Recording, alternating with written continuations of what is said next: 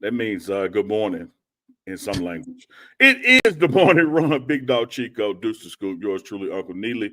We're going to talk NFL. Man, the Falcons won. Dukes, you should be smiling. We're going to do some NFL, of course, do some Colorado, do some predictions for the next week to come. It is the morning run.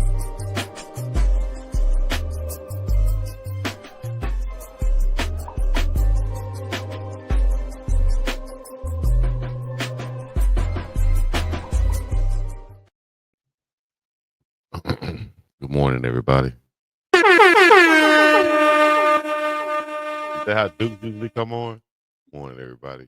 And I had a question about that, too, before we even get into the show. Duke, Yo, 1 p.m. in Atlanta, 11 a.m. in Boulder, it's 7 a.m. in Hawaii time. How do you come on the show sometimes and it sounds like you just be waking up? You're like, hello? Yeah. How you be sounding like Barry White at 1 p.m.? What you be doing? You take a nap still? I'm smooth. Nah, for real. I be getting up to take Keanu to school at like 5:30. Oh, yeah, okay. You come back and take the middle of the day old man naps then. Nothing wrong with that, dog. I ain't say I take no nap. Okay. I was just playing, man. I was just wondering that. Hey, Chico, what's up, man? Chico, like, no, man, I'm gonna say that. Hey, good morning. I ain't gonna say that. Shout out to the runners out there. Runners mount up. Y'all know what it is. It's the morning run. Uncle Neely, Big Dog Chico, and Duke's the damn scoop. We're live and in effect. Got you covered across the nation, from Atlanta to Hawaii, West Coast to the far East Coast, and everything else in between. Pineapple to the Big Apple. We're gonna talk about some sports. We got Coach Carl Reed joining us today, so we're gonna really talk some football also. Buffs bouncing back. Motivation Monday.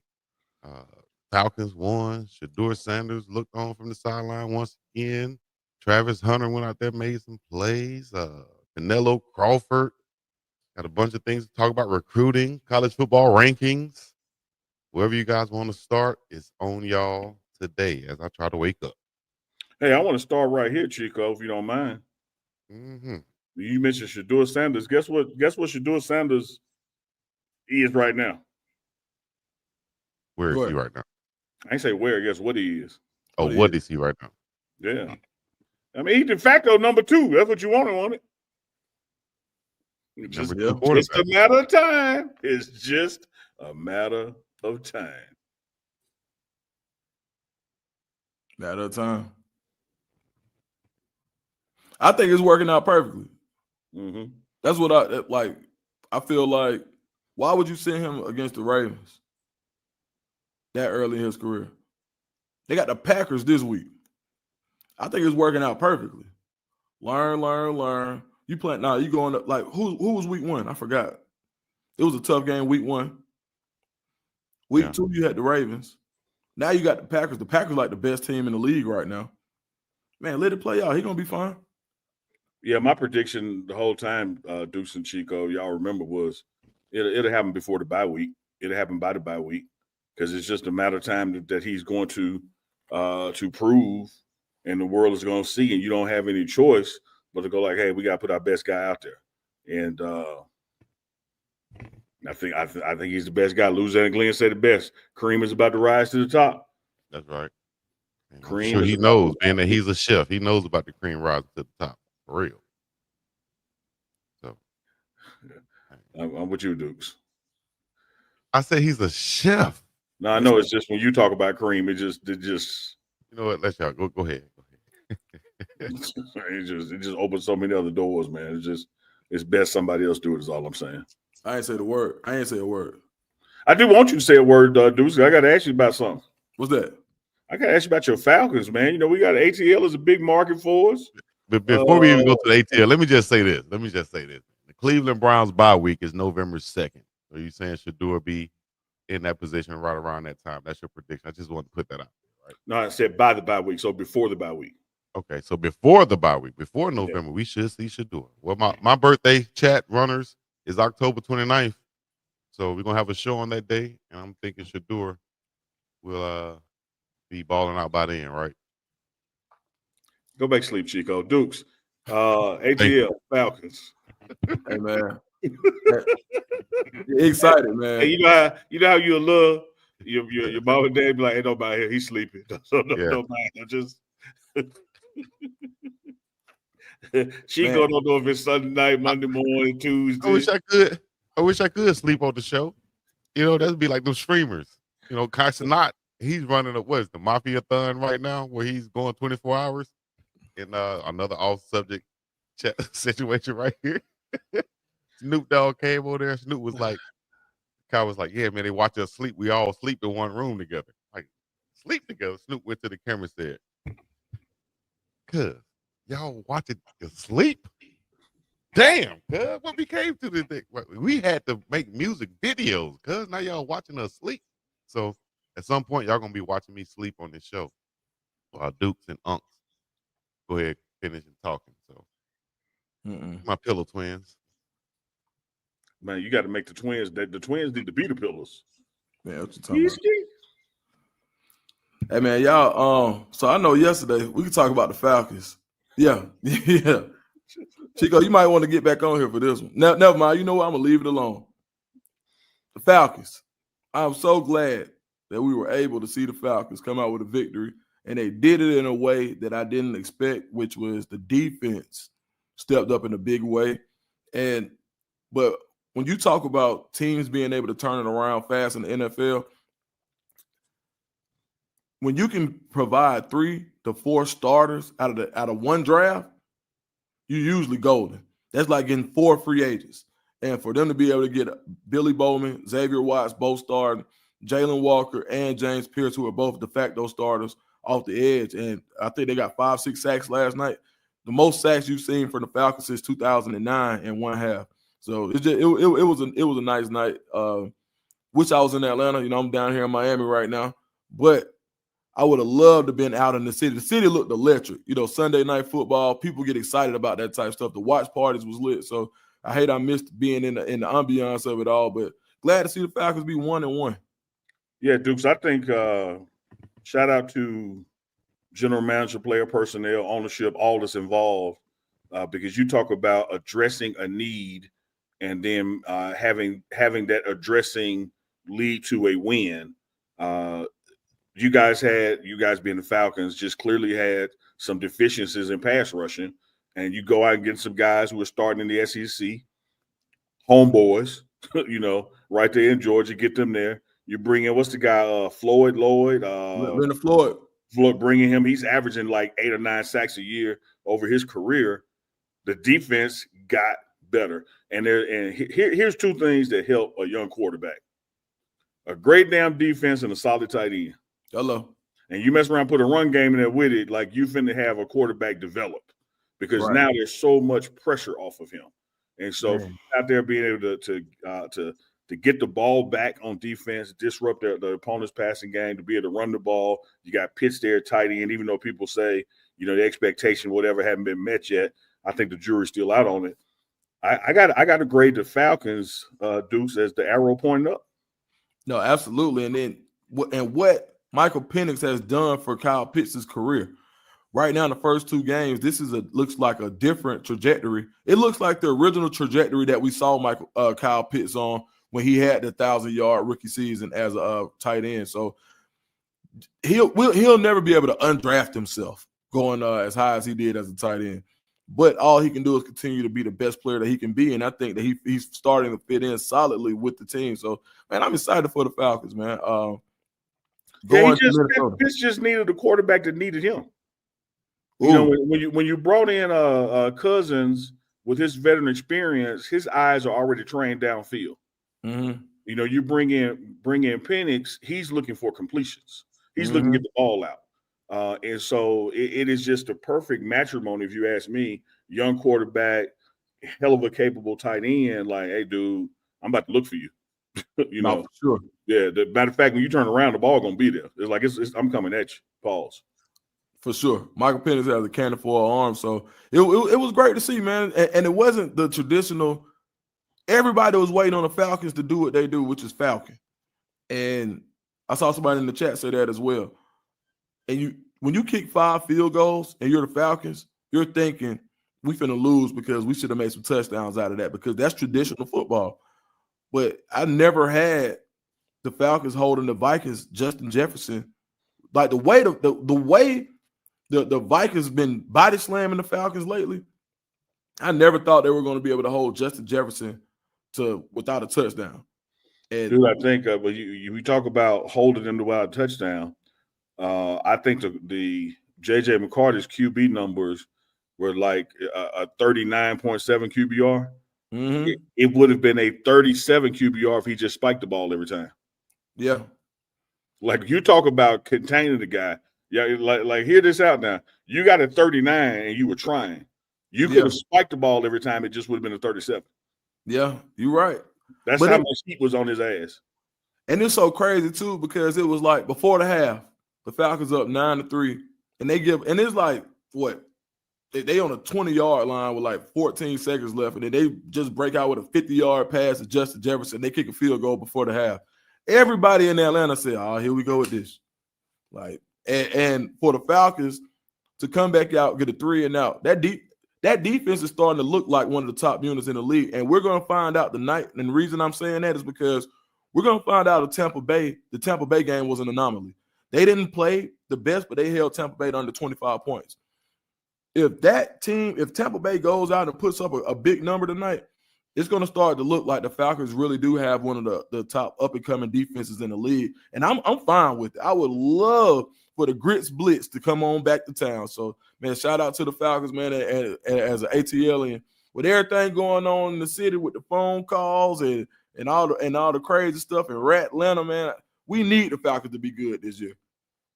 I love that. Shout out to the ATL Dirty Birds.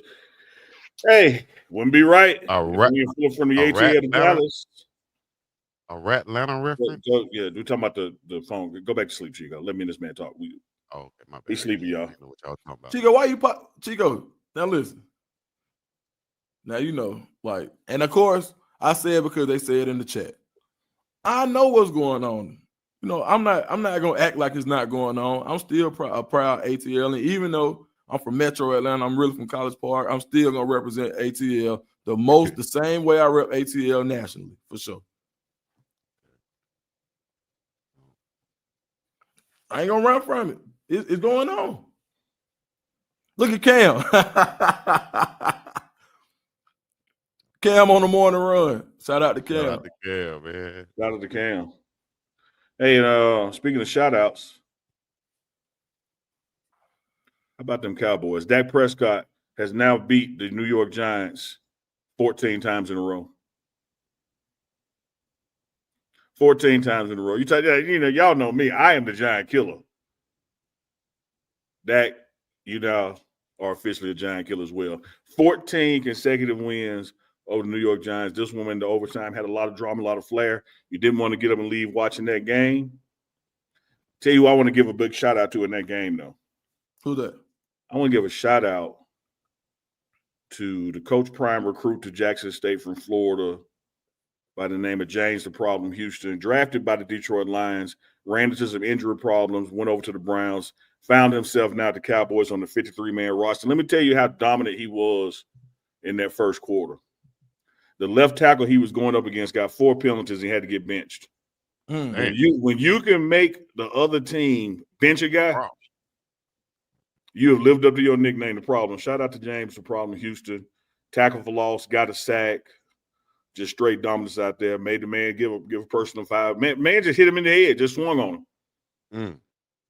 Just swung on him. So shout out to the Cowboys for that division win. We also been talking about what the Chiefs are going to do this year, and Kansas City was going to do, and blah blah blah blah blah. They 0-2 Dukes. Are we sounding the alarm in KC, or is everything all right? They'll be all right. I ain't tripping on that. I ain't even until they are mathematically out of the playoffs. I will never bet against Patrick Jerome Mahomes. Yeah, you can't. I don't care if they 0-2, 0-3.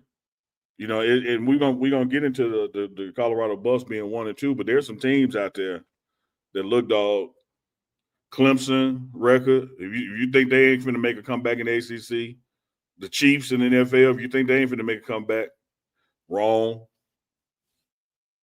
How many times have the Chiefs started a season like this, like 0-1 or 0-2, something like that? This is, if you count the Super Bowl, Chico, great question. If you count the Super Bowl, this is Patrick Mahomes' first time losing 3 games in a row.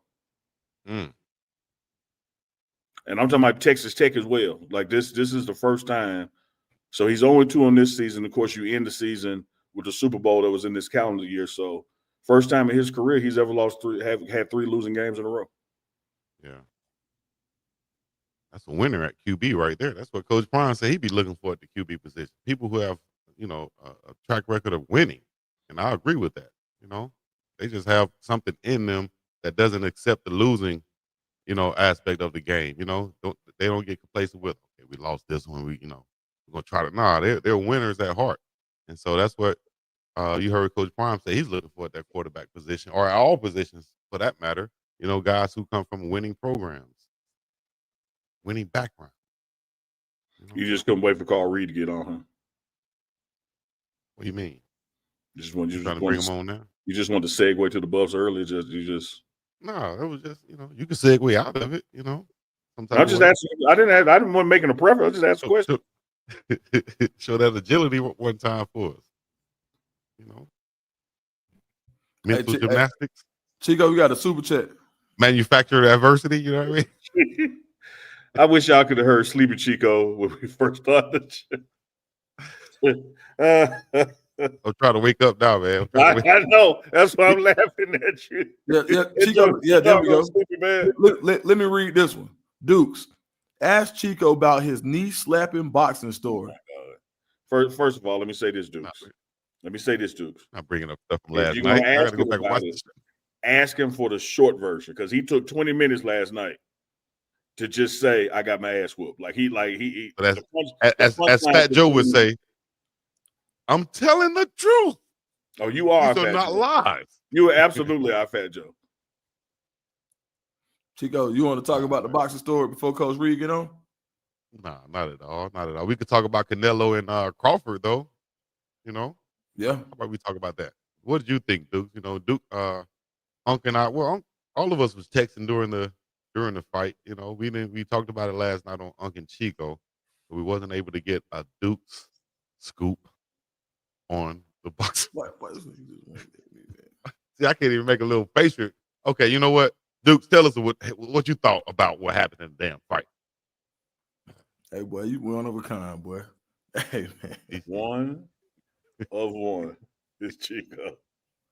Man, I tell you one thing, man. Hey, sometimes you just got folks to know how to fight, man. He one of them, man. Leave him alone, bro. Don't do you see Terence Bud Crawford walking down the street, man. Listen, you don't want no problem with him. It didn't matter about no size difference. It didn't matter about no experience. And then this is what he did. He boxed. He didn't just fight. I think it may have been even worse if he fought him, to be honest. He really boxed him. So, man, shout out to pound for pound. Is there anybody better in the world right now than Bud Crawford? It might not be nobody better in the past world. Pound for pound, Bud Crawford is the best fighter that ever lived. That Bud Crawford, hey, man, leave him alone, buddy. Man, you can just tell, man, I knew something wrong with Bud Crawford when he had on that full length trench coat, Letterman jacket, whatever it was. It looked crazy as hell. I'm gonna find it. When he wore that, I said, "Yep, something wrong with Buddy, man," because he daring somebody to talk about him. So, man, shout out to Bud Crawford. Yeah, I love one of the things Teddy Atlas said post fight, because I love Teddy Atlas's analogies and his alliterations. He spoke about the dominance of Bud Crawford, which we talked about last night as well. But he said, in order for Canelo to win, he had to go somewhere.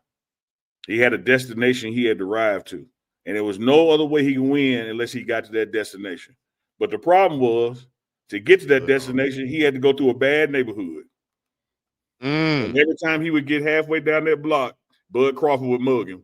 And he had to go back to the top of the block and start over. But he had no choice. But I got to keep coming down this street because this is the only path to victory. And every time he come down that block, he would get mugged. Like all the pressure. Said that. Teddy Atlas said that. All the pressure that Canelo was doing early on, trying to cut the ring off and walking down and corner him, it would just backfire on him. I think Bud just showed how depth his talent is, how deep his well goes. He took punches from a bigger, stronger guy, body and head shots. Got an accidental cut from a headbutt cut. None of that took him off what he was trying to accomplish. And he really showed how talented of a boxer he is, not just a fighter, but a boxer. It was just a flat-on clinic. The three of us last week, we picked Bud to win, and we picked him to win in a dominant fashion. But I don't think any of us had like Canelo just only winning 3 rounds or 2 rounds. Like it wasn't close. No, I mean, and really the boxing aspect is what impressed me the most. And I think, and Chico brought up the fact of him being able to switch from orthodox to southpaw, and he doesn't have to. He could beat you either side. It don't matter. And I think for somebody, when you hear a story, the more and more you think about it, it sounds more like, the mama used to pay people to fight him and see who could whoop him. Mm-hmm. The more and more it sounds like leave him alone. Like no, seriously. The more and more it sounds like I would need 100 M's to fight this dude. Like it didn't, and we're talking about somebody jumping up from where he started, 25 pounds in weight classes from where he started. That's insane. Like this is something, and he just skipped 2 weight classes since his last fight. This is unheard of, unprecedented, dog. One of the things I do love, I love post-fight Chico. I love how Bud took Canelo's belts back to him in public. Like he did it during I don't know if the world knows this. In the ring, you get the belt. But later on, you actually get your belt. That belt still stays with the champion because he wanted it. It's like it's his property. But for display purposes, it's like you transfer the belts. And so you always get your belt back. But for Bud to like, man, let me go get this man his stuff, while he's sitting there, talking to the press, saying great things about me, the great things about the fight. Let me give him his jewelry back in front of the world. Didn't have to do that. I thought that was class. Yeah. Yeah, man. Shout out to Bud, man. You know what's crazy? Definitely. I saw, and this is the last thing I'm gonna say about it. Did y'all see when Bud was talking when they were asking him about Gervonta Davis, and Gervonta Davis was like, and they said, well, how do you feel like that fight would go? He was like, come on, dog. Like he didn't even talk a whole bunch of trash. He didn't say, oh man, I would kill him because of this, and that, and that, and that. He literally just looked and said, all right, like, okay, cool. Yeah, like what Chico said, he's gonna turn invisible and get me in. Like, all right, right? Yeah, man. It's if I was already a fan of Bud Crawford before that performance, I'm definitely a super fan at this point. Yeah, for sure. He really showed. Hey, hold up, you're not done yet, Duke. So we got to ask you this question. I asked Uncle Neely last night. Right after the fight, you heard Max Kellerman say to Bud, or ask Bud, would this be your last fight? If you were in this corner, what would you advise him to keep fighting, only do exhibitions, big money fights, or what would be your next move? If you were advising Bud. Man, I go fight. I'll fight one of them UFC guys. The one who music he came out to, was it Ilya? Yeah, it was a UFC. I don't know the name, but it was a UFC fight. The music he used. Yeah, that's what I was. Honestly, when he came out, I was like, are they playing the wrong music or he trolling? No, he was definitely trolling. Yeah, he was definitely trolling. Mariachi, you fighting a Mexican fighter, you got a Mexican band? Come on, yeah. Dog. I was like, hold up. I was thinking, Manny back there producing the wrong damn song. Now, see, I thought he was just trolling Canelo because I believe it was Mexican Independence Day. But it was really it's the guy that is Ilya's music. Yeah, but Bud didn't even know that though. Oh, yeah, they talked to Bud about their post fight. They were like, "Hey, the UFC." He's like, "Oh, he used it too." Oh, shout out to that guy. No, it was a total troll move. Oh yeah. Well, we've seen Floyd kind of do things like that in the past when fighting. I tell you, like I said last night, Dukes, you got a marketable skill somebody want to pay you for. I mean, did the Waltons get so old that they closed Walmart? Look, is it true that Mike Tyson in Florida fighting? coming up soon, or was that like I've been NBA seeing the type of rumors stuff? of them doing some kind of exhibition. I hadn't seen the official announcement though. Man, I think that's where boxing is going now. Well, I wouldn't say mainstream boxing or the pure essence of it, the sport, but I do think that you'll see a lot more of those exhibition spectacles out Yeah, there. that entertainment factor. And, that ain't nothing new. Like Ali, fought people in Puerto Rico. That was exhibitions. Yeah, you saw Rocky fight Thunderlips, aka Hulk Hogan, Chico's main man. Like that's always been part of it. It's just now more promoted because it ain't on closed circuit TV or in arena only. Or pay-per-view. Everybody got it now. Everybody can see it. And as long as you get eyeballs on it, that means it's dollars. People gonna keep doing it. Exactly. Shout out to the what was the Shink? We had the El Shahid Shink over there from, I don't want to mess his name up, but he was over there, Mr. Beast in the front audience. Huh? Yeah, the Crown Prince from Saudi Arabia. They were co-sponsors of it. Right. So they got big money behind it. You know what I mean? So I'm sure we'll see different type of events like this popping up in the future. They have already announced they're buying WrestleMania. No, brother. Look, SummerSlam for this year is going to be in Saudi Arabia, and they're paying like $150 million for it.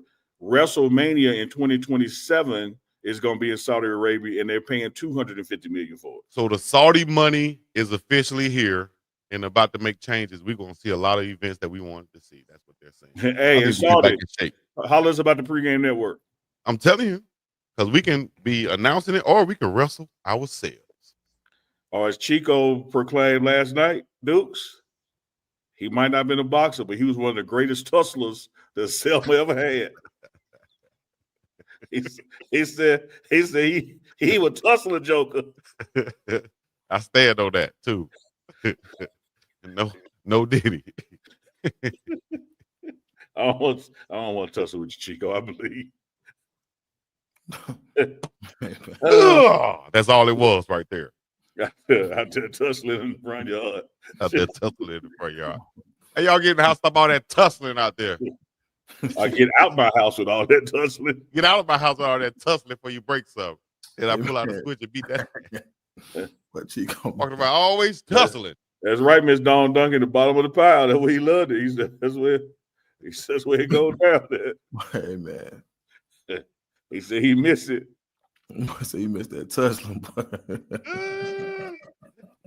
Man told me last night, dude, he was one of the best tusslers in the Selma projects ever done.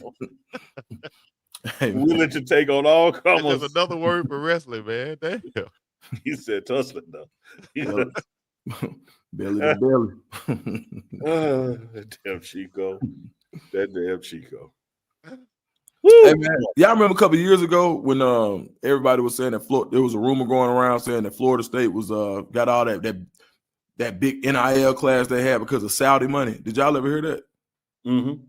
So yeah, because people were telling us that Coach Prime should get some Saudi money. This was during Jackson State time, if I'm correct, right? They were saying that Coach Prime should reach out to the Saudis to fund Jackson State recruiting. Yeah, they used to be in my videos a lot. So as the Saudis have gotten into golf with Liv, and you see they're making their way in the fighting, mixed martial arts as well. Do you think that the Saudis getting involved in college football would mess up the tradition, or do you think with the NIL era the tradition is already messed up? Tradition is already messed up. It's gonna happen. And when I say Saudi, make that an X as in a variable. This is headed the corporate route. Mm-hmm. Like you're gonna have.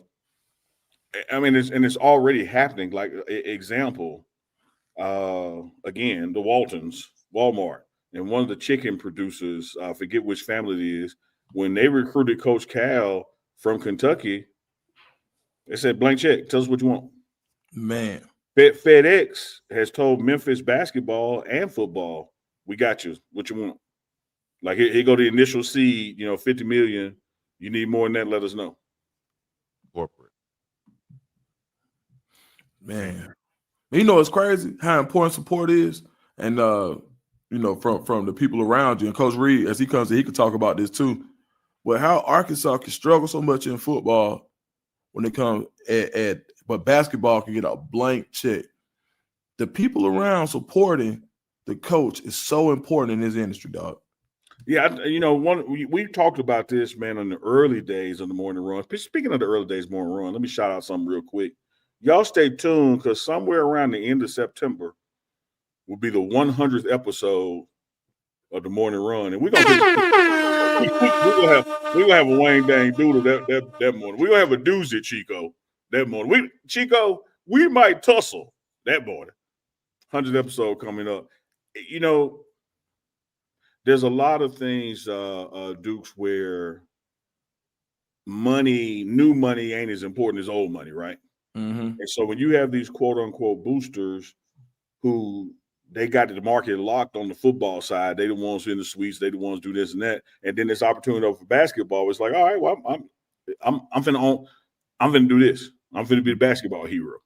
And so you're gonna see a lot of that across collegiate sports, because one of the things about it in this NIL space is you can't keep running to the same people for the same money. You got to diversify this portfolio, particularly between men's basketball and football, because a lot of the other sports, as y'all know, are not revenue generating enough to cover their own expenses. So it's pulled out of those two sports to actually turn a profit. And so you may have Tyson chicken. You might have Tyson funding all the Arkansas basketball and Walmart funding all the Arkansas football, or the oil guys like Jerry doing it. So money in college football ain't going nowhere. It's just beginning. He ain't lying. All right, let's bring Speaking on of Coach just Reed. beginning, we got the one and only, the legendary, the man himself, STL. Man, y'all don't know about the Lou. I'm from the Lou, and I'm proud. That's what Nelly used to say. Coach Carl Reed on the morning run. What up, Coach? Gentlemen, good morning, man. What a great fight we had on Saturday night, man. I heard y'all talking about the fight the other day. Most people don't know nothing about boxing, but it was a great fight on Saturday night. Coach, you were so well versed. I know you were being cute and coy there and paraphrasing the words of the legendary Roger Mayweather. Yes. When he said most people don't know shit about boxing. They don't. And what you saw Saturday night, Coach Carl, was the sweet science at its purest. It reminded me of Sweet Pea Pernell Whitaker days, like where speed and tactician and technician and footwork, and it's just showing you this is not just a brawler's game. This was once upon a time a gentleman's sport. Like you had to we out there in the suit and tie getting it on. Being a pugilist. I'm gonna tell you this. I didn't know until the other day that Terence Crawford had been shot in the head and drove himself to the hospital. Yeah. I didn't know that was a true story. You shouldn't be boxing nobody who do that. There you go. What I say? You shouldn't be boxing somebody who do that. Every day I learn something about this man. I'd be like, bro, why would you? I'm gonna need $100 million to fight him. Yeah. What would you advise him to do next, Coach Carl Reed? What would be his next move? Retire, fight someone else, exhibition style, wrestling? What? I wouldn't fight again unless I was getting $100 million. I put it 50 last night. I put it 50 last night, Carl. I said, give me 50. I'm doing, but anything less than that, I'm done. You can probably get me out for 50, but if I was him, I mean, if you ain't talking about that 50, I would say 100. If you're not talking about that, he got the Saudis with him now, so they got the money. Hey, that's the only thing. I know if you call my line, 100. Yeah, that's how you answer the phone. 100. 100? No. 100? No. Shout out to Reef in the chat who know about Sweet Pea Pernell Whitaker. We used to say in hood Parnell. Yeah. So no, that would be my thing. That's what I would. If I was advising them, that's what I would say. You couldn't get me up off the couch for less than that. Well, Coach, speaking of getting up off the couch, getting up off the mat and all that. Oh, speaking of, let me say this about the fight, my last item on it. I did enjoy the fact that even though we predicted Bud was going to win, love the fact that Bud won, all of that. I also love that each person left that fight with their record of never being knocked down intact, because I still think that adds to their marketability, their skill set, and the demand to see both of them not necessarily fight each other, but fight again in the future. Each one of them still, even though Canelo lost, each one of them still solidified. People will pay to see me fight. Don't forget about me, even though I'm knocking on 40. Shout out to those guys. This is the morning run. We got Coach Carl Reed with us. We're going to pivot to college football, of course, in depth with the Colorado Buffaloes. But I want to start first. Dukes is there, not currently in the ATL, but from the ATL. We got to see our first opponent that we lost to, Georgia Tech, pull off one. What were your takeaways, Coach Reed, when you watch someone that you play continue to do things, and it kind of makes people go like, oh, well, maybe we ain't as bad as we thought, but we played them close as they did, et cetera, all of that. Well, Georgia Tech has a good football team. And so if you know anything about football, when I talked to Coach Prime throughout this offseason, what we talked about a lot is, Georgia Tech is going to come out with a mentality that they want to run the football. And so when you have a team that is committed to the run, especially gap scheme run, which is different than zone scheme. Gap scheme is I'm coming off the ball and I'm attacking a man and I'm coming downhill. They're going to run the ball over and over again. They're going to force you to stop them. A lot of offensive play callers, a lot of head coaches, they'll throw the ball because they want to be cute or they want to make their receivers happy or they think it's a lot more fun. But it's very tough to beat a team that'll keep handing it off. And you force your linebackers and your safeties and your D-line to have to play the run, it changes the ball game for a lot of guys and makes them play physical. So I wasn't surprised. Clemson has a couple of D linemen on their team that are going to be first-round draft picks. And Georgia Tech had no problem moving them off the ball. Buster Faulkner from Georgia Tech is one of the great offensive minds in college football. Brent Key is the former offensive line coach at the University of Alabama. So the mentality that they're coming in the game with. They have a right guard on their team that jumps off the tape that is as good as any offensive lineman that I've seen play this season. So from that standpoint, I'm not surprised what Georgia Tech is doing, but they started doing it last year when they dismantled Florida State at the beginning of the season. Haynes King at quarterback is as tough as you're going to find. I mean, Georgia Tech, they in the middle of one of those special runs. And because of the identity that they've built, the kind of kids that they've gotten recruiting, the toughness that they're playing with, they're a very, very tough team to beat. And I always knew that was going to be a tough out for anybody who stepped across from Georgia Tech. This is the scoop. You're ATL, and the goalpost came down. Yeah, I mean, the whole time I was just thinking that Georgia Tech was one of those teams where you got a lot of guys happy to be there. Like Georgia Tech was their destination school, and they got a chip on their shoulder for that being that way. So when you think about being the quote unquote little brother in the state, you got a lot of guys who may have wanted to go to Georgia and said, you know what, hey, Georgia didn't want me. I'm gonna prove it every Saturday that this is why I'm here. And they bought into the system. And you think if you're a fool if you don't think Brent Key plays on that. Oh well, you know what, you couldn't make it here, but you're gonna ball here. We got you here for a reason. And now he's mixing that in with some blue chip talent, the NIL, all that Tech money, because Georgia Tech is basically Ivy League of the South. Now these guys are starting to say, all right, we're going to pour a little money in the program, so we're going to get a Josh Petty, a 5-star offensive tackle. We'll get a Tay Harris. We'll flip Tay Harris from Clemson, who ended up being the top 30 player last year. So as they start to mix that in, Georgia Tech, like Coach Reed said, they're in the middle of a special run. And another thing I wanted to say is Georgia Tech, I always talk about like these triple option teams. Wishbone, that's Coach Reed. You know about it. When you get a team that knows what they're doing, it don't matter if you know if it's coming or not. You got to stop it.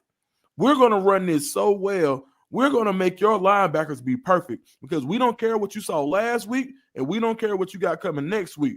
Your scout team will not be able to replicate what we're going to do and how good we do it. And that's what Georgia Tech is doing to teams. And right now, imagine having like Army or Navy with 5-star players. Like that's kind of what Georgia Tech is doing from a spread option attack. Yeah, Dukes and Coach. When you have a talented team, when you have a quote unquote good transcending to great team, everybody knew what Golden State was going to do. You got to stop it. Everybody knew what Jordan Pippen and Robin were going to do in the triangle. You got to stop it. Everybody knew what the triplets and the Cowboys and hey they were going to do. You still have to stop it. And so when you talk about that gap integrity, and particularly starting with the linebackers, being where they're supposed to be and coming downhill and filling the gaps, one failure to do so, and the play is broken wide open and gone for a score. And that's what Georgia Tech baits you into doing with their quarterback. And Haynes King, what he did that first week one here in Boulder, I think people saw now in week 3, that wasn't a fluke. Yeah, I think that I think it's even deeper than that. It's not about assignment football. It's about want-to football, Mm. right? It's about I'm going to run the ball every single play, and you got to want to tackle me. And as the game wears on, you start to see guys running around those blocks, short arming it, moving out the way. It's just like somebody at school telling you, hey, I want to fight you after school, but then they really come out there and swing on you, right? A lot of times you go out there and everybody start talking and taking pictures and videos, and you got a problem, you got a problem. No, Yeah. it's about actually they're gonna come out there and they're gonna throw a punch at you, and then we're gonna see if you really want to fight. Versus coming out there and tussling. Yeah. And Chico's a great tussler. Well, it goes back to I said that, man. Keep it simple. If you can find something where you can keep it simple, don't make it too complicated. Keep it simple where your guys can play fast and you challenge the other team to stop you. I think those are the teams that do best throughout the season because they have an identity and they're going to lean on that and they're going to go with that throughout the game, no matter who they play. Just like if I was ran up on Uncle Neely, I don't care if he might outweigh me. I'm still going to tussle with him. I'm going to grab him belly to belly. Bam, simple. That's my game plan. And that's what we're going with. Yeah, and we're going to check the scoreboard later. But before we check the scoreboard, Chico, hit me with that DJ cuts out. Is Manny over there? Manny's there. That just means we're about to pivot, Carl Reed. We're going to pivot to Colorado football. Coach, let me hit you with something. Halftime, Georgia Tech, Colorado was 13-10. You're in the game. Final score, 27-20. You were in the game. Halftime, we go down to Houston and take on the Houston Cougars. Halftime, Houston 16, Colorado 14. You were in the game.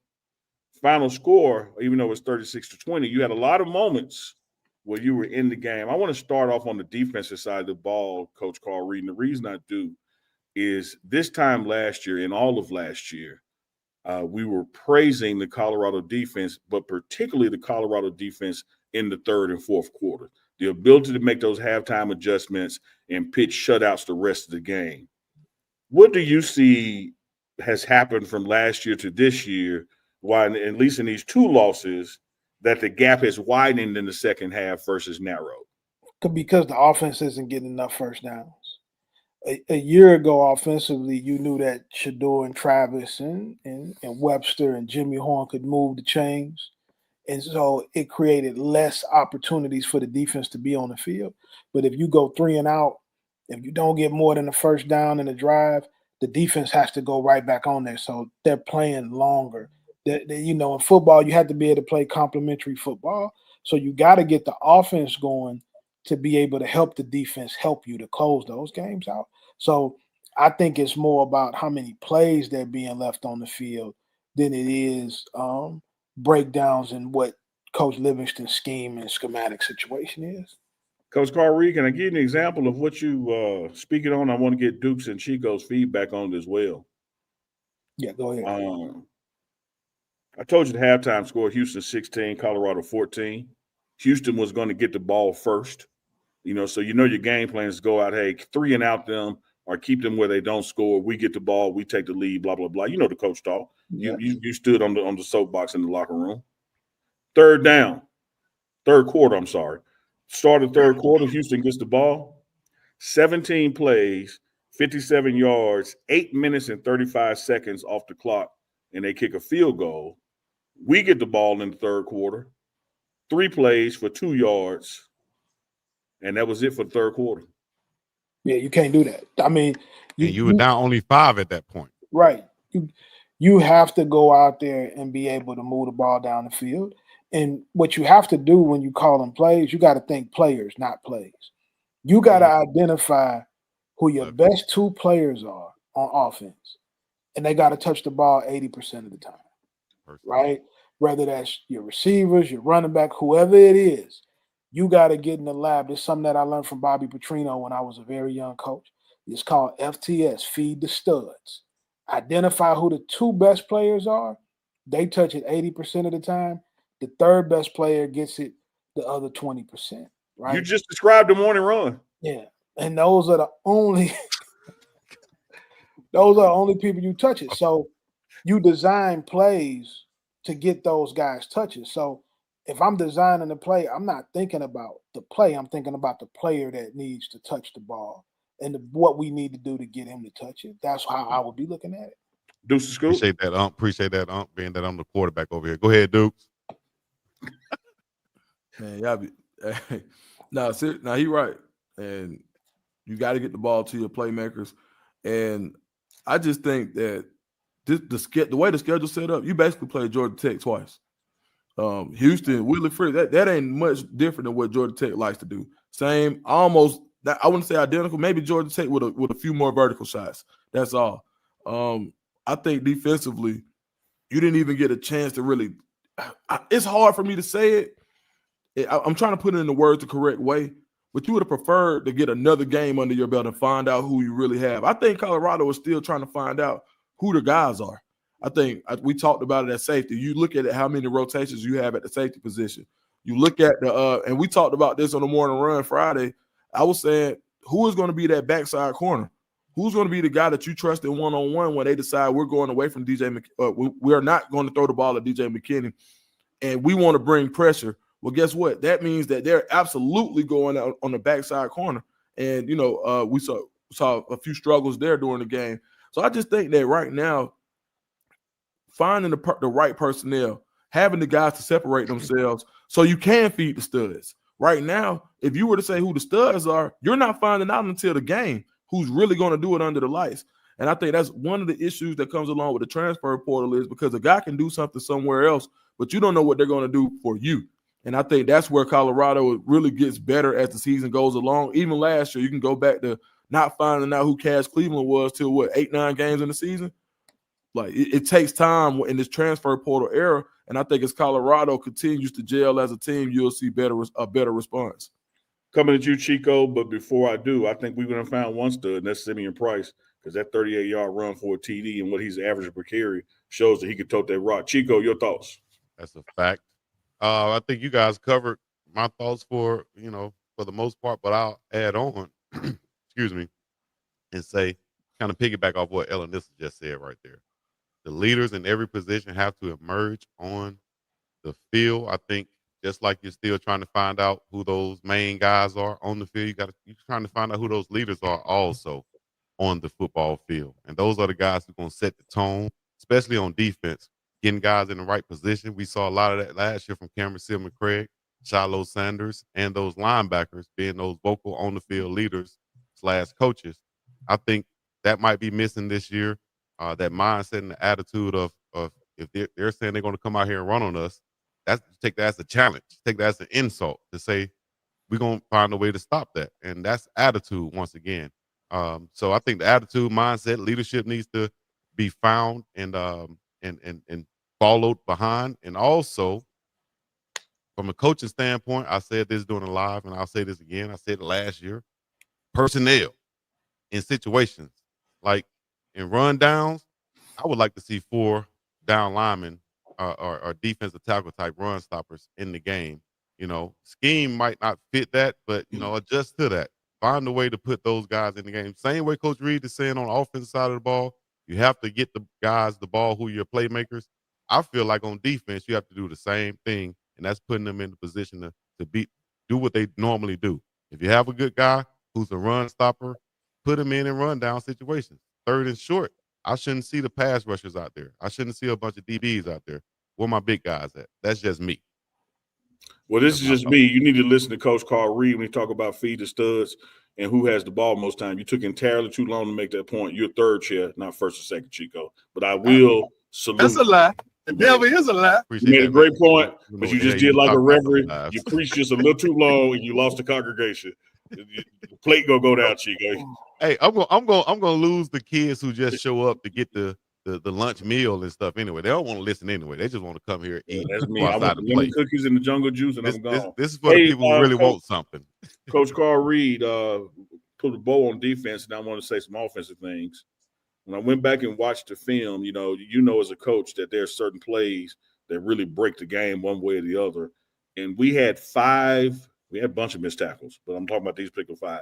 We had 5 missed tackles that were on the outside that resulted in 95 yards, just those 5.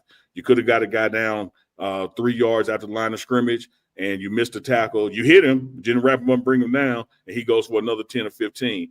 The 5 times that happened resulted in another 95 yards and 3 more field goals. That's 9 points. When you look at that final score, like the clock management starts with tackling. But let me give you some stats, Coach Reed. I want to get your feedback on it. A lot of people were making noise, rightly so, about some of the third down inefficiencies. But I think everything starts with first down, Coach. You want to stay ahead of the chains, and that's where it starts. Starts with first down. Let me give you the first downs in the first quarter. -2, +3, +2, no game, penalty, and a sack. You had 6 first downs, and you got 4 yards. You're starting off behind the chains right there, Coach.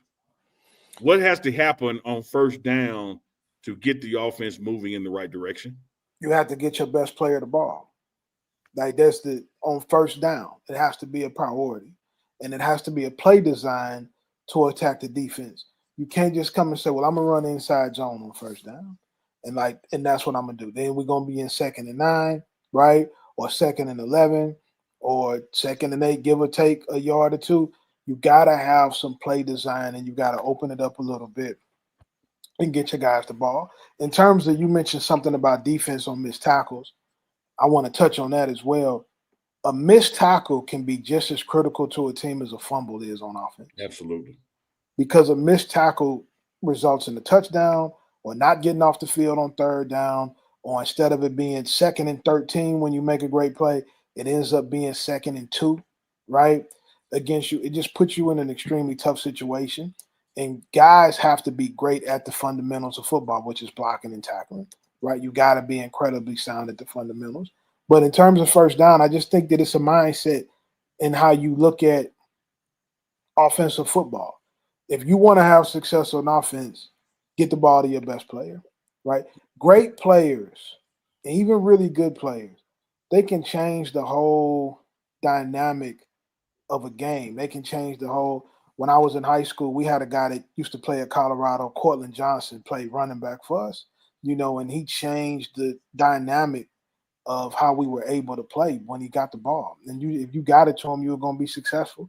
And if somebody else touched it, you probably wouldn't put your best foot forward, And that can be tough to do with egos and, and kind of managing people and human beings, because there can be some discrepancies or some disagreements among the kids on who's the best. But you got to go in there and put the ball in those guys' hands right away. You can't wait on it. Love that. Deuce the scoop. Yeah, I would agree. And sometimes your best player may be on the line. So what am I going to do? I'm going to run behind that guy.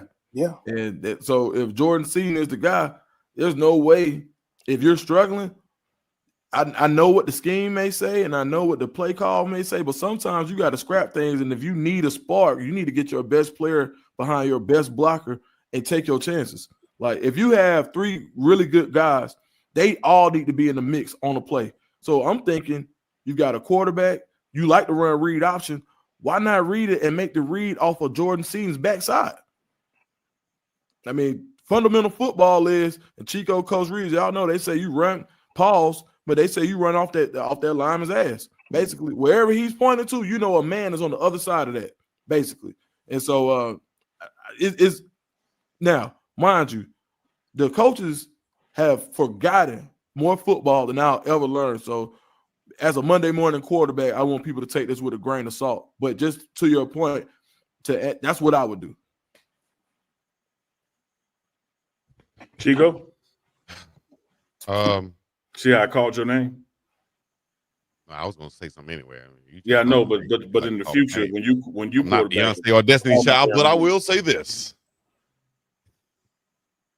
I think that when the team go into the meeting rooms and look at the film, they're all going to say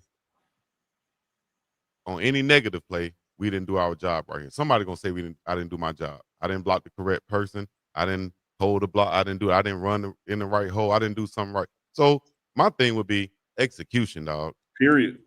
No matter what the play call is, let's execute. And if you see them overstacking one side, come on, people in the booth, whoever it is, whether it's the offensive coordinator, those adjustments from up there, But at the end of the day, as players, got to execute, dog. And that's what they're saying in the meeting rooms today. They said what they said in the meeting room Sunday. Said on yesterday. I'm totally with you, Chico. Don't get me wrong. Rob Livingston would tell you there's about 2 or 3 calls he wish he had back. Pat Shermer will tell you there's about 3 or 4 calls he wish he had back. But what everybody says they wish they had back is the execution of it. Because when that ball hits JoJo in the middle of the field in his hands, clearly it was a good play call. You ain't catch the ball, you got to execute. When Sincere didn't turn over field and the other receivers didn't block, and I'm telling you what the receivers said in the team meeting. Oh, my bad, coach. I missed that block. My head was looking the wrong way. Like, there were so many miscues on execution, even the one from Staub to Draylon. Draylon tell you, man, I got to get flat on that route. I went out at an angle. That's why the ball was latent behind me.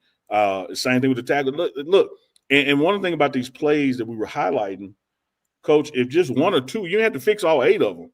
Just 1 or 2. The sack that my man JB missed, like that changes the game. Yeah. And you can't say that Rob Livingston had it in the wrong spot, because how the hell did he get back there if he's in the wrong spot? The scheme was right. The execution and the get off was right. You literally just missed the quarterback and extend the drive, and they get a score out of that. So there's a lot of things to clean up. But here's my takeaway to it, guys. Real quick, Coach. I want to get your feedback on it. 1, our special teams is operating at a level that ain't finna drop off. Them dudes can kick. Yeah. 2, our offensive line is playing at a level that if we utilize them more, we straight. Like if Shadur had this offensive line, hell, we in the playoffs last year. This offensive line is playing. Can't blame them no more. The special teams offensive line, I'm grading them high. The other things, because they're execution oriented, you can fix these things, because it's not like, oh damn, we just don't have it. Like 2 years ago on the O-line, we just didn't have certain talent in certain spaces. And then 3 is really number 1. The goal this whole season has been to get to the Big 12 championship. And I would submit to my 3 brothers right here and anybody listening around the world, the 2 teams that are going to be in Dallas December 7th, both of them going to have 2 losses. One of them might have 3. You're probably going to have a 10-2 team versus a 9-3 team because of the parity in this conference. So, Dukes, I know you love spades. We lost a book that I counted. The game ain't over, though.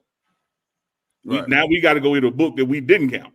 You got to this one, and we can still get to December 7th in Dallas. You are right, Neely. There's definitely still opportunities on there for you to handle your business week to week. I want to pivot a little bit because I can see the comments up here on my screen, and I just saw a young lady write in the comments that you were cute, Neely, right? And so that kind of threw off my concentration. That's a lie. It kind of threw off my concentration and my focus a little bit on football conversation. But what I know you've dealt with a lot of sponsors. You and I have done a bunch of media together. Do we perhaps need to get Tinder to be a sponsor? Yes, right? Or maybe Facebook dating, because it is a lady in here. And she threw me off with that. I wouldn't be against Pornhub either. So whoever wants to come on, Rose Parks, Ocho. Dollars, we got Chico the Tussler, we got Deuce the Scoop. Like we got a lot of angles we can work with this thing, Coach Reed. But I will say that I'm not surprised, and I say this with humility, that my cuteness threw you off, Coach Reed. I'm gonna tell you what, you saying Pornhub and then saying angles right after that is crazy. No, that's crazy work now. That's crazy work right there. It absolutely is. But you're the one with the pivot to the cuteness now, so that's just crazy work. I think he was pivoting to the comment, not the cuteness. Yeah, right. The comment. My point is, it froze him, Chico. It's like because he said, you know what? Damn, the comment ain't lying. It broke my concentration. That's all. He was broke my concentration. Hey. Dukes is lost for words. Dukes don't even know what to say. He down there. Dukes don't comment on none of our looks, is what I found out. Ain't that right, Duke? Because I best rather call Dukes. I said, I grouped him in with me. I was like, yeah, we got 2 good-looking brothers on here, and we got Uncle Neely. Dukes got mad. Why you call me good-looking? Why you come in on the way I look, Chico? I'm like, dang. Only thing has been a repeat offender, and we cousins. I just want you to realize that, bro. Like, I know Listen, man, I love you too, dog. You know we family, but you know we ain't gotta do all that. Okay, that's what's up. As long as you don't lead to tussling, I'm all right. Hey man, that boy said he was gonna hug me hard. I was like, Chico, He did. stop, He did. bro. Man, man, Deuce, when I see you, I'm gonna hug you. I'm gonna hug you Cause we real. together. We ain't gotta prove, bro.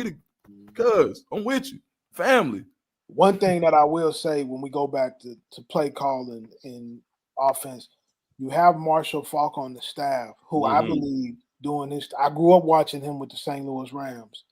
He was the ultimate matchup problem from what he did at running back, what he did as a receiver. He did it both at a high level, 1,000 yards rushing and 1,000 yards receiving in the same season, Super Bowl champion. I think that he has probably some play designs that he's very familiar with that could probably assist getting some of them guys touches. You know what? You see those movies where the president got to make a decision to hit that nuclear button, Coach Carl Reed, and that button is always under a clear acrylic case. You got to lift that, then put your finger on the button. Yeah. If that is a panic button, I hadn't even lifted the lid on the acrylic thing. Like I am not in panic mode here. Oh no, it's a long season, man. Long season. We've been like this before. Season 1 started off hot, then the wheels fell off. Season 2, you started like this, then the wheels came on. You finished with nine wins.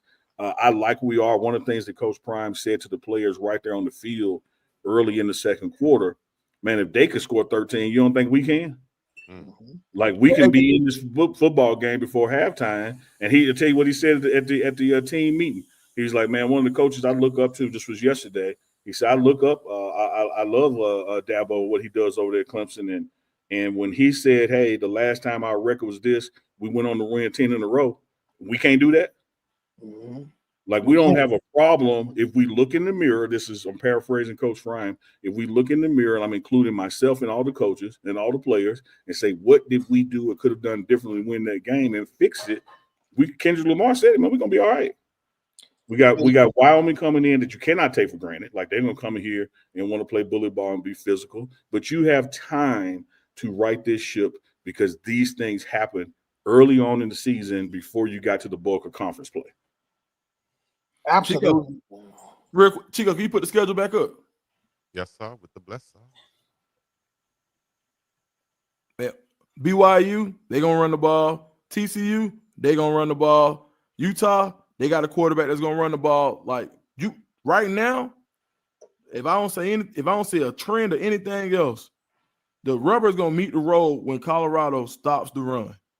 Now I don't you got to, and that's basic football. You got to do that when you stop the run. And I guarantee you, once they get that fixed, look at these predominantly run teams that you're facing. They get that fixed. It's almost like when we playing spades and you see that 10 walk, then you know everything else is gravy. Soon as they get that fixed, I'm telling you, this schedule can really play in their favor. Duke, I feel like when they get the quarterback situation fixed, and that could be anyone back there. And I say that to say that because when they continue to move the chains and put together first down, that's what's going to help this defense more than anything, I think. Yes, they're going to have to stop the run still on their side of the football, but we have to move the chains on offense. And I think that's what a focused, determined Caden Salter will bring to this team. He can come back and be the Caden Salter of old and just make those correct reads, take what the defense gives him, and continue to move the chains. That's going to keep that defense sitting down. And like Coach Reed said, that's going to give less opportunities for them to be ran on. So that's what I think. That's going to be the best friend of this defense. I love both of those points, Duke. There's no doubt we got to stop the run, Chico. There's no doubt we have to run the ball to control the clock. But I'm still doubling down on our issues. As much as we could throw rocks at Pat Shermer or Rob Livingston for schematics, our issues have been execution. Our issues have purely been on the execution side of the ball and making the play that was called happen, not dropping the pass or making the tackle. Because, again, if it was a bad scheme, you wouldn't even be in a position to miss the tackle. If it was a bad play call, you wouldn't be in a position to drop the pass. And you can look at the evidence of it. Here's another thing we got to keep in mind about this defense, Coach Reed. Final score, 36-20. But this is the same defense that we're complaining about, that even I'm complaining about. You know how many field goals we held them to? Yeah. Right. You had plenty of If opportunities. our defense was just totally inept, them field goals would have been touchdowns. And when I say held them to, there were 50-yarders, 48-yarders, 42-yarders. Shout out to their kicker. Shout out to the recruit staff. They got them one.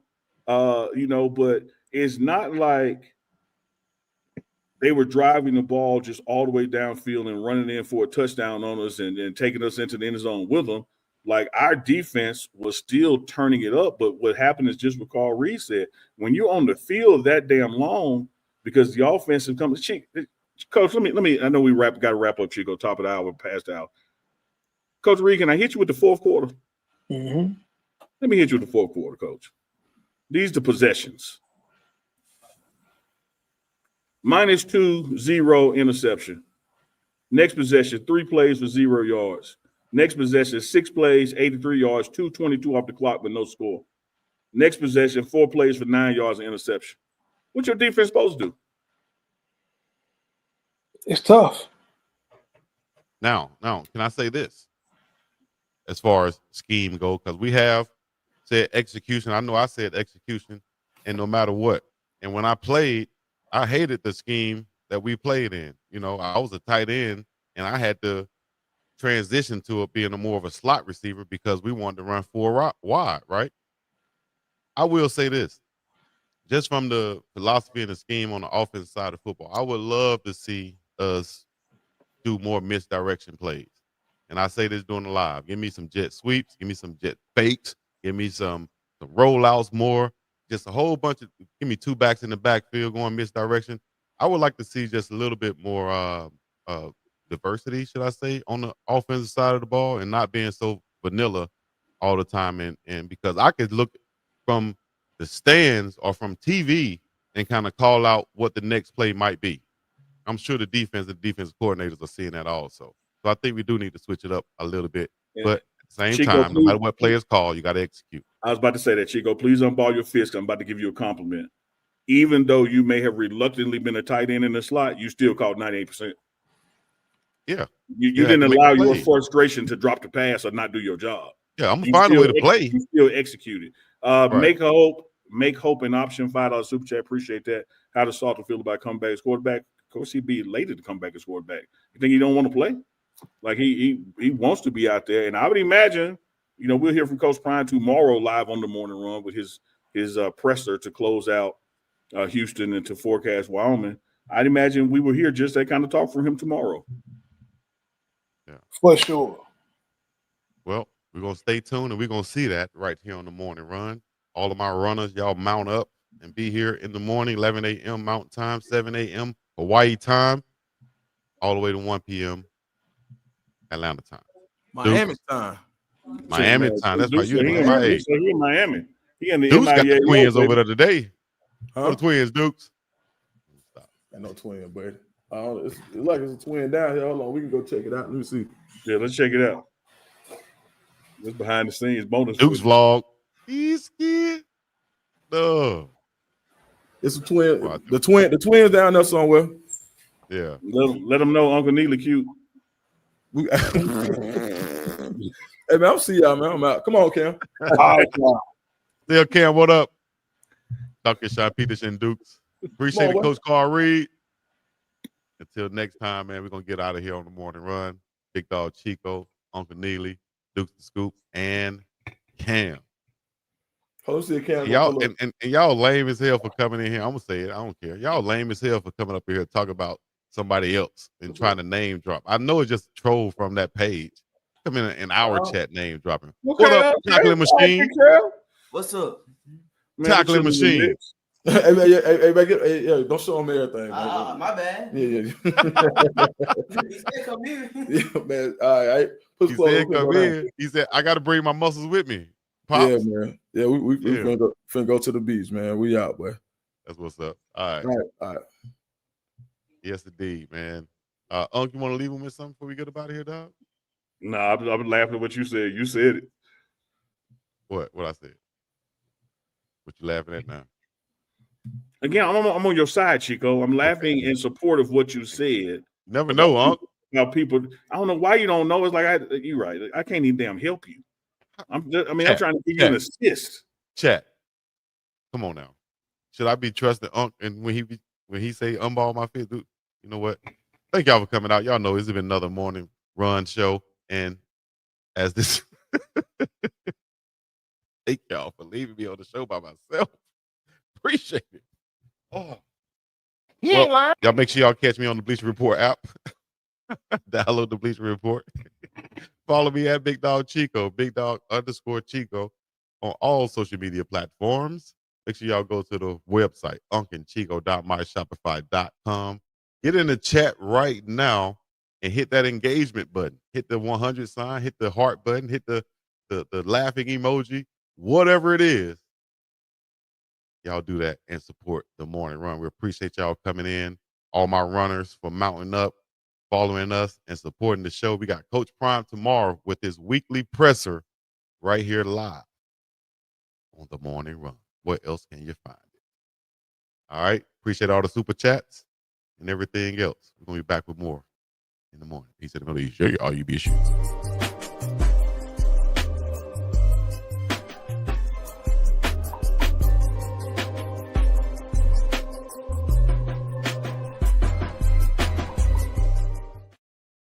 That's what I'm talking about.